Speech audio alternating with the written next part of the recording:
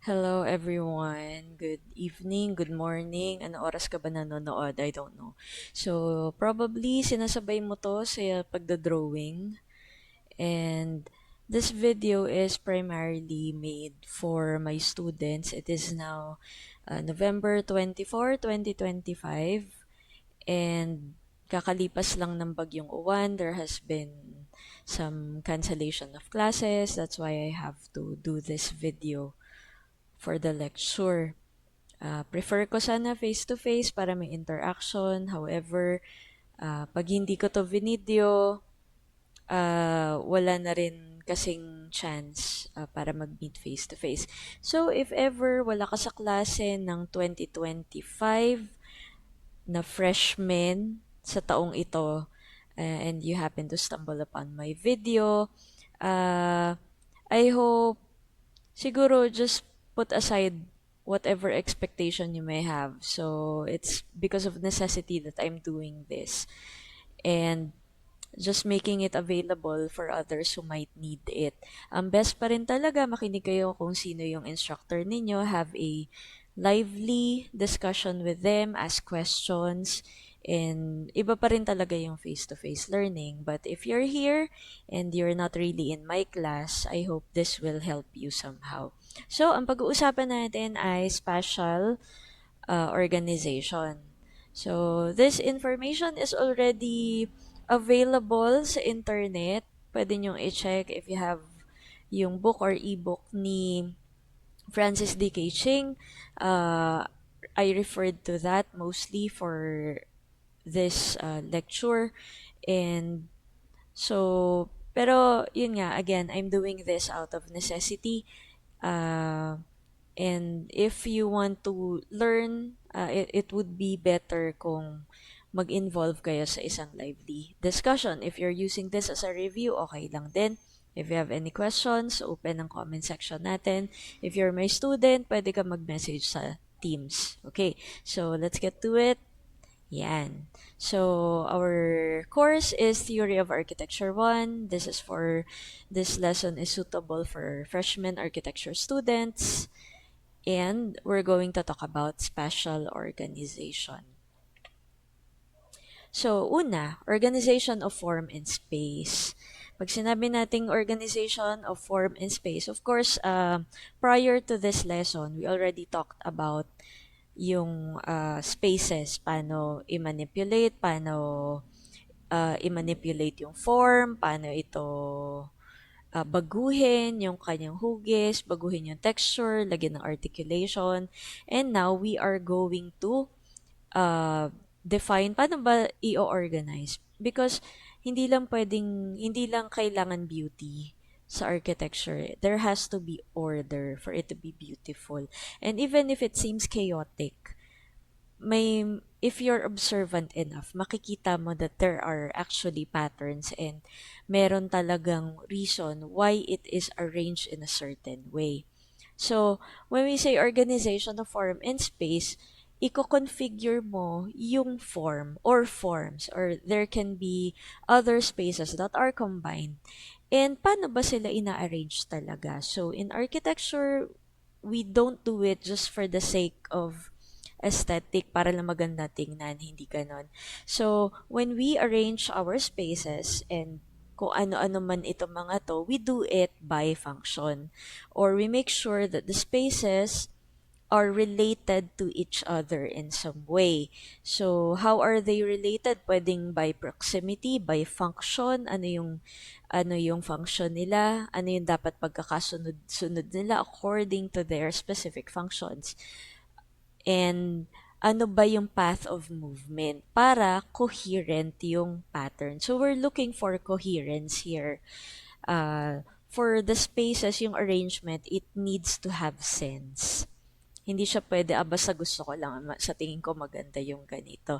So, there is a reason to everything why we arrange it a certain way.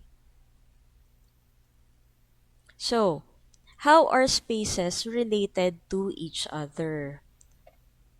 Una, pwedeng yung space mo is within another space. Like this one. It is a space within another space. As you can see here sa ating example, glass house, designed by Philip Johnson. Mapapansin ninyo, obviously the material is made of glass, pero you can identify there's another enclosure inside the larger space. When we look at another photo of that, ayan, mas malinaw during daytime. Itong house na ito, of course, made of glass. Sa loob, made of an opaque material. Makikita natin that there is another enclosure inside. So this is a perfect example of a space within a space. A space may be contained within the volume of a larger space. So simply, may mas maliit na space dun sa loob. At hindi kailangan totally enclosed yung area. Pwedeng instead na wall ito, pwedeng columns yan na nakapalibot, but you can define that it's a separate area. Kumbaga, ang kailangan dito kasi easily defined yung nasa loob. So, in this case, may sarili siyang wall, may opening din naman for access, and it is enclosed. Meron ding iba, pwede ring, imagine if it's a different material, both are made of glass, but you can see that it's a space within a space pa rin. So, it doesn't matter what material you use. Ang tinitingnan natin, ano ba yung composition nitong space? Anong location niya? Nasa loob ba siya?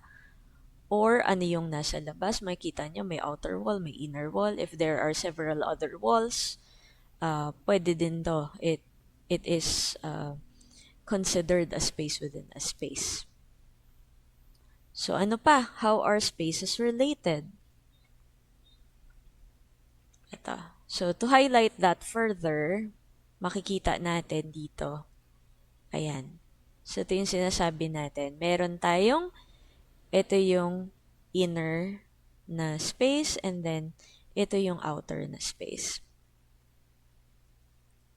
Next. Interlocking. Ano naman yung ibig sabihin ng interlocking? So, you can imagine our shapes as para siyang chain na nag-interlock, nag-overlap. So the field of a space may overlap the volume of another space. So when we're talking about space, hindi ibig sabihin fully enclosed. So dito sa plan na to, makikita ninyo paano din-define na magkakaibang space yan. So may mga hidden lines dito, makikita natin mamaya, yan yung linya ng ceiling above. And then itong mga naka-shade na mga shapes dito, these are the columns, yung walls, and then you have yung openings on all the sides. Pero it's clearly defined kahit papano. It doesn't have to be enclosed for it to be defined. Para malaman mo, oh, this is a separate space. Pwede kang tumingala and makikita mo yung ceiling would make the difference between the different spaces. So, looking at highlighting those further, makikita natin dito na ayan, may pagkaka-overlap nga ng space. Sa design hindi bawal 'yan. Pwedeng mag-touch yung mga shapes na 'yan. Pwede silang mag-lock, pwede silang mag-interlock, mag-overlap. And ito, as we can see here, yun na nga, may mga overlap na nangyari. Pwede rin naman magkakatabi, pwedeng nag-share sila ng wall or nag-share ng column yung mga spaces. And when we look at the ceiling here, this is what I'm talking about. Ito yung naka-hidden line kanina dun sa plan natin. Itong ceiling na ito. So, mapapansin nyo, of course, review na rin natin, may articulation yung ating mga ceiling. So, binrake yung pattern, hindi siya monotonous. Meron tayong textures na nakikita. And even dun sa taas ng column, yung mga capital, yung mga moldings. Yan. So, binibigyan ng emphasis yung yung ating mga space, tinitingnan kung saan nag-terminate yung column, saan natapos yung ceiling, ano pang ilang levels ba meron yung ceiling, and so on. So, iba-iba yung texture ng kanyang surface. So, binalikan lang natin yung articulation. But going back to our topic, interlocking spaces. Ito yung mga ceilings niya, nagtatagpo siya at a certain point, and so, tinrace ulit natin yung mga ovals dito. Mapapansin nyo meron pa dun sa bandang itaas, mas mataas pa ng konti. If you're going to define this as another space, susundan lang natin yung curvature nung column.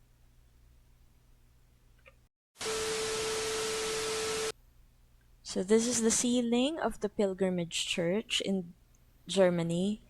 So, yan, when you combine all of these are interlocking spaces. Hindi limited yan sa ovals or circles. Akit na naman yung pusa. And, pwede nyo gawin yan sa iba-ibang shapes. It could be irregular shapes or regular shapes. Pwede rin yon. Now, for another example, ito naman, adjacent spaces. When we say adjacent, magkatabi. Two spaces may abut each other, mag-share ng common border. Like I said, borders, hindi lang walls. Pwedeng columns, pwedeng a divider of some sort, pwedeng a step up, step down, a few steps. Yan. So, pwedeng ganon ang border niya. So, hindi kayo limited sa pader. This one is the Chiswick House. And tingnan natin, no? So, looking at the picture here, makita nyo centralized yung form niya. If we're going to review our past lesson here, and then makikita nyo symmetrical yung left and right side. If you're just going to disregard the other building on the right side, ma-check ninyo, but it is symmetrical, and you can say possible na centralized yung kanyang mismong form. Looking at the plan. Okay. So, yan. Centralized nga siya. And what we're going to look into is, ano ba yung mga adjacent spaces? Tingnan natin how the spaces are adjacent. Okay? So, as we can see here, bukod sa siya ay centralized, and you have a central entrance here, meron kang space sa pinaka-center. After an entryway, you have a gallery, a velvet room, and you have your closet. So, yung form niya is pretty much the same yung left and right. Pero, let's focus on the adjacency. And does it make sense that these areas are adjacent to each other? So, in this example here, zoom in lang natin doon sa plan. Okay? So, as you can imagine, pag ikaw pumasok na sa entryway, and then from this area, at the center, pwede kang dumiretso, and then pwede kang lumiko going to the green velvet room. There's also a direct access from the center to to this room here, and then i-access mo yung bed chamber from there, and last na dun sa rooms yung closet. So, somehow it makes sense kasi yung function niya, hindi naman pwedeng pagpasok mo dito sa entry, meron kang access sa closet. Why? Why would you do that? Okay.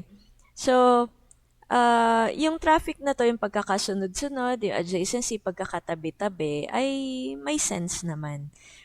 Pasok dun sa function niya. For example, adjacency, pagkakatabi ng bed chamber and closet. Pagkakatabi ng velvet room, going to the bed chamber kasi you wouldn't go directly there. Customs would dictate na hindi pwedeng dire-diretso. Pagpasok mo, diretso na agad.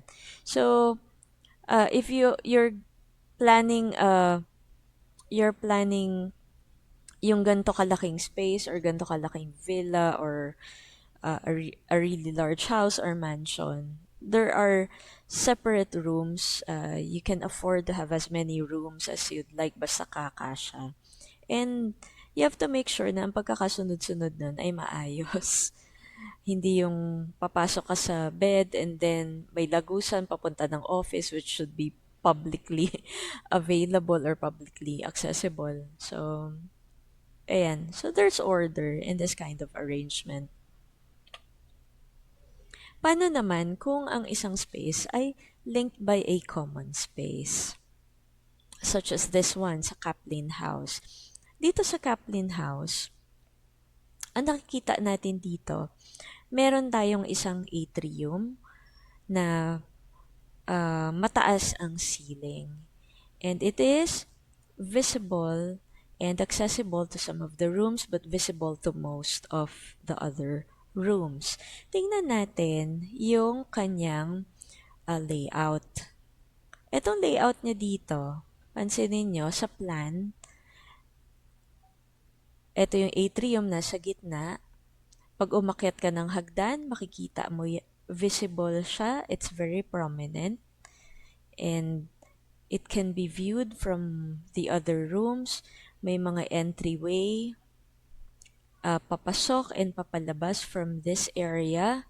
It becomes the focal point of the whole house. Ayan. So, siya yung let's say, pinaka-puso nung house, if you're going to imagine it that way. So, yan. It's a prime example of that. Spaces linked by a common space.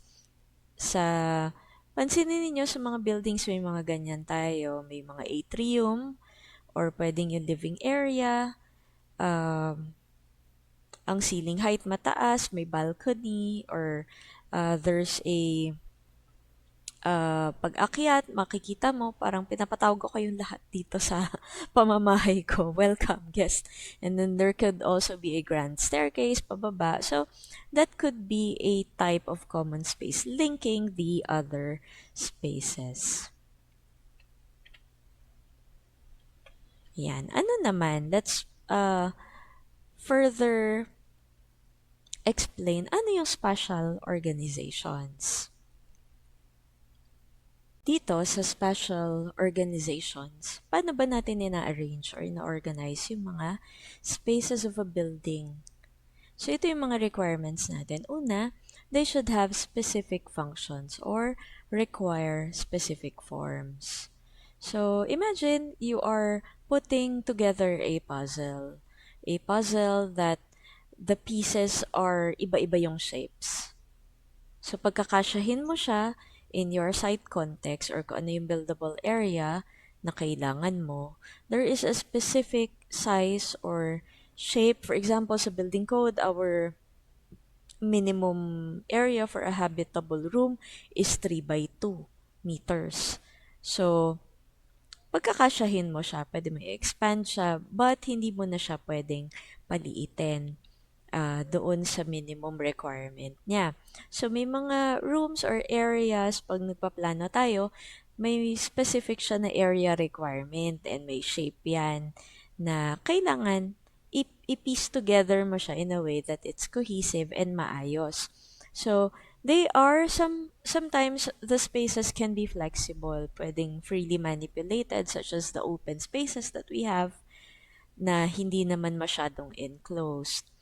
And ano pa, pwedeng singular, nag-iisa lang siya na bukod tangi na area or room na significant.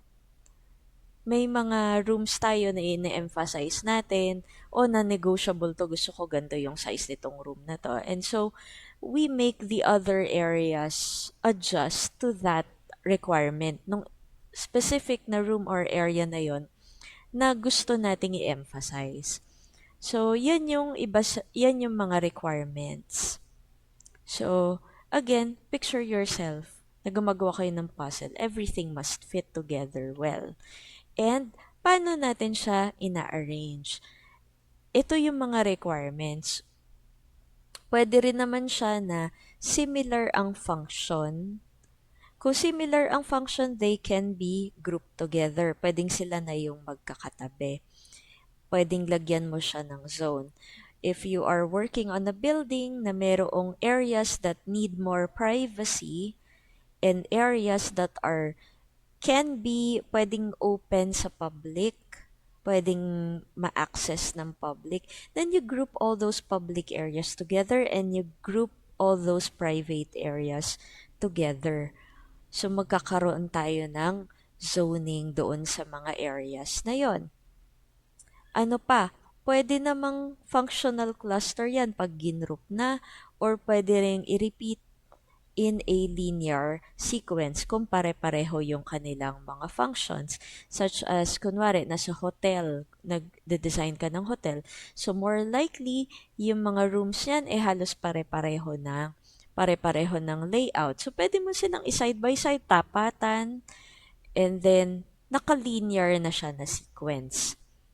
And then, all those areas na hindi naman ganun ang function, pwede mo namang ihiwalay. So, next, it may require exterior exposure for light, ventilation, outlook, or access to outdoor spaces. So, sa planning pa lang natin, i-define natin alin ba ang pinaka nangangailangan ng ventilation, ng ilaw, ano ba yung kailangan i-prioritize dito sa access sa mga ito. Okay, alin yung rooms na, okay lang kahit hindi siya masyadong maliwanag. So, i-group mo na siya or i-move mo na siya kung anong side ng building or which orientation, mas nababagay yung area na yon. Pwede rin naman mas be segregated for privacy, na-mention ko na ito earlier. And ano yung mas kailangang i-access, alin yung hindi masyadong kailangan ng access. Spaces can also be arranged to define their importance, functional or symbolic role in the building. So, again, design stage pa lang, planning stage, i-define na natin alin dito ang may pinaka-importante. So, when I'm checking yung papers po ng mga estudyante, maikwento ko lang, nagpa-design ako ng isang bungalow. And then, of course, kinilatis natin yung pagpaplano, alin yung malaki yung space, malaki yung bedroom, and dun sa dalawang bedroom, may mga comment ako na parang lugi yung isang bedroom, maliit. Yung isang bedroom mas malaki, may favoritism ata yung may-ari ng bahay. So, may mga ganun, pabiro ko lang sinasabi, but it also gives us an insight how we design, anong binibigyan natin ng emphasis and priority. So, like our lesson here, ito yung mga ko-consider natin. Una, dimensional requirements. Kagaya na sabi ko kanina, when you're working on a puzzle, especially kung irregular ang mga cuts, pagdating sa plano, you're working on puzzles na iba-iba ang shape or iba-iba ang size. And ano yung dimensional requirements? Check ninyo yung NBCP natin pagdating dyan. Ano yung hierarchical classification? I would expect the master bedroom is larger than the other bedrooms. That's expected. And ano yung requirements for access, light, or view? This will depend upon the preference of your client. Pero ikaw, tingnan mo din sa sarili mo, ano yung preference mo pagdating dito. But this will depend upon your client most of the time. And of course, site conditions. Kasi lagi nating i-consider yan. Hindi pwedeng yung gusto lang natin, hierarchy, ito yung light or view. Pero, possible ba sa site? Yung mga gusto nating mangyari. Ayan, tingnan natin how we are supposed to organize our spaces. Una, pwedeng centralized organization. This is very similar dun sa lesson natin about additive forms. Paano ba ina-add yung mga forms? Ito naman, paano ino-organize? But we're going to be using similar terminologies here. So, central dominant space, which is a number of secondary spaces, are grouped. Pwedeng nakapalibot sa kanya, like this one. So, I want you to take a look at this one, especially yung spire. Kasi dyan natin makikita yung pattern. So this building was designed by Francesco Borromini. This was during the Renaissance period. So, makikita nyo, ito na naman, tumingala na naman tayo sa ceiling. Ito yung nasa ilalim po ng spire. If you're going to check here, may certain pattern siya. Nakagitna talaga. So, it's quite obvious yung ginawa nila dito. So, may nakacentralize. And you can see meron tayong triangular shape. So, we'll move to the next slide para mas makita nyo yan. Okay, so ito yung pattern yan. So, lahat ng yan, pag tinrace natin yung axis nitong mga shapes na ito, from the corners, pag kinross mo yan, nag-i-intersect sila doon sa pinaka-center. And then, meron din tayong, para ma-break yung form, this is again another example of articulation. We can see here, imbes na perfect siya na triangle, nag-combine din tayo ng shapes para ma-break yung triangle na yon. So, nag-add tayo ng form. So, this is also can be an example of additive form and subtractive form. Sinubtract natin yung corner ng triangle and nag-add tayo ng semicircle doon sa lahat ng side ng triangle to form this very unique shape. So, I hope lalo natin naiintindihan. Kaya sinasabi ko sa klase ko palagi, hindi nyo dapat kinakalimutan yung mga past lesson. Lahat yan dapat accumulated yung knowledge ninyo para pagdating ninyo sa mga future lesson, marirelate at marirelate nyo yan. So, going back here, nakita ninyo how this form is manipulated and organized para magkaroon ng shape na recognizable pa rin naman siya. It doesn't become irregular. Regular pa rin naman yan na shape. But you already combined it to be a unique pattern. So, linear organizations, again, this is very similar to linear forms. Bukod sa yun ng form, yun din ang kanyang pagkaka-organize ng mga units sa loob. So, this one, pag tiningnan natin sa plano, makikita din natin, nakalinya lang siya, naka-align. So again, itong linya na ito, it doesn't have to be a perfect or straight line, 90 degrees or 180 degrees. It doesn't have to be a perfect line na walang breaks in between. So, pwede din mag-curve-curve yan according to the site. Nagkataon lang dito, the site allowed for it to be straight. But I also want you to think, linear form or linear organization. Think of your spine. Ang spine natin is not perfectly straight. 'Di ba? So, ganun din. Linear forms can also be bent. Pwede siyang i-curve. Pwede siyang lumiko ng kaunti. But you can still make a pattern. Hindi siya strict in the sense, straight lang dapat. Hindi ganun ang linear organization. Pwede po yung kumurba, pwede maging S yan. Pwedeng mag-arch yan ng kaunti. So, depende yan sa magiging design ninyo. Ang importante, merong sequence or may repetition pa rin. How about radial organization? So, radial organization is parang hindi siya halata na radial organization yung ating example here. Pero, when we look at it from another angle, kita nyo na ba how radial it is? Hindi pa rin. So, it doesn't have to be uniform, yung kanyang mga rays. Sige, tingnan natin ha. I-map natin kung saan ba papunta. Ayan. So, siguro naman ngayon nakikita nyo na how radial itong form nito or yung organization niya. So, yung plano nito, I wasn't able to include a plan of this building. This is Guggenheim Museum in Bilbao, Spain. Designed by Frank Gehry. So, itong pinaka-center na to, that is the atrium. Pag chinek ninyo yung website mismo nitong Guggenheim Museum, sinasabi nila na yung pinaka-central or center space nila is the atrium. Doon nagsisimula lahat. And then pipili ka kung anong path yung pupuntahan mo from these rays. So, i-break lang natin yung baka kasi iniisip nyo kailangan straight, dapat mukha siyang rays ng araw. Hindi po ganun, pwede din mag-curve yan. Pwede din yan lumiko-liko, pwedeng iba-iba ang haba, pwedeng iba-iba ang sukat. So, as long as nagre-radiate siya, lumalabas siya from the center, itong mga elements na ito.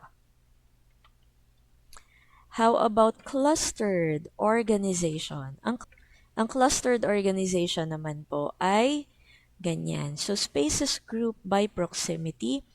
Ginrupo sila kasi magkakalapit sila or they are sharing a common visual trait or relationship. So, as we can see here, may common sila na trait which is sila ay pare-parehong mga dome. Pero, magkakaiba sila ng sukat. But there is something common about itong mga roof na ito. If we are going to look at the plan here, pwede nating i-cluster ito into grouping. Pwede nating i-group and i-cluster itong mga ito. And looking at the section, ganun din. May pagkakahati-hati na talaga sila. Makikita pa nga natin, yung pinaka nasa right po natin ay mas mataas po kesa dun sa iba. If we're going to look at a 3D drawing of this, ayan. So, may kita mo iba-ibang level sila. Pero, there is something in common sa kanila which is yung shape na ginamit. Hinati-hati lang sila, ginrupo lang sila. So, dito, nakita natin, instead of 3, nagkaroon na yun ng 4 na cluster. Kasi sa plan, it's not that obvious or pwedeng pagsamahin itong dalawa since para naman pareho sila ng width. Okay? So, depends upon your perception or anong view mo, how you will derive this kind of conclusion.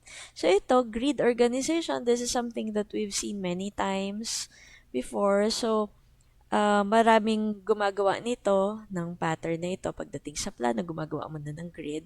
So, these are spaces organized within a field of structural grid. Pwedeng nilagay muna yung poste bago nilagay yung mga kwarto and mga area. And yun na yung nag-dictate kung ano yung kanilang form.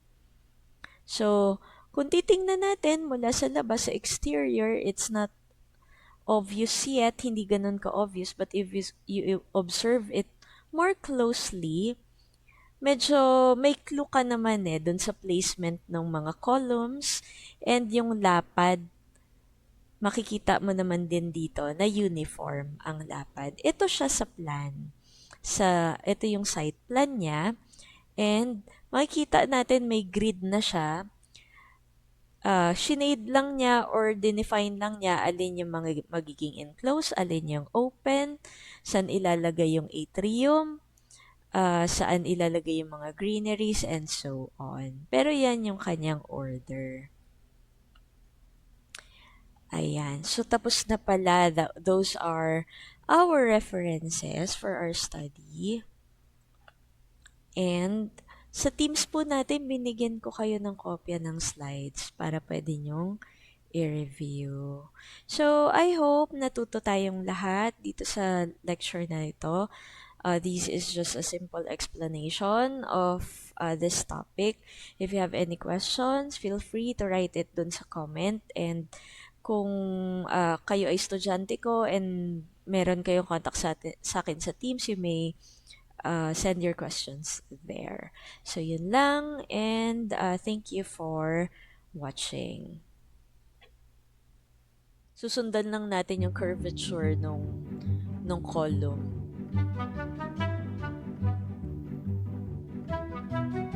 May pusang humarang. Anong kailangan mo? Anong kailangan nyo? Sorry. This is my cat. Si Catalia. Say hello, Catalia. Hi. Hi, class. Nang-iistorbo ako kay Mau Mau. Hello and bye-bye. I just want my treats. Okay, here's your treat. Do you want your treat? Do you want this? Okay, I'll give you your treat. Huwag ka mang istorbo sa akin. Here you go.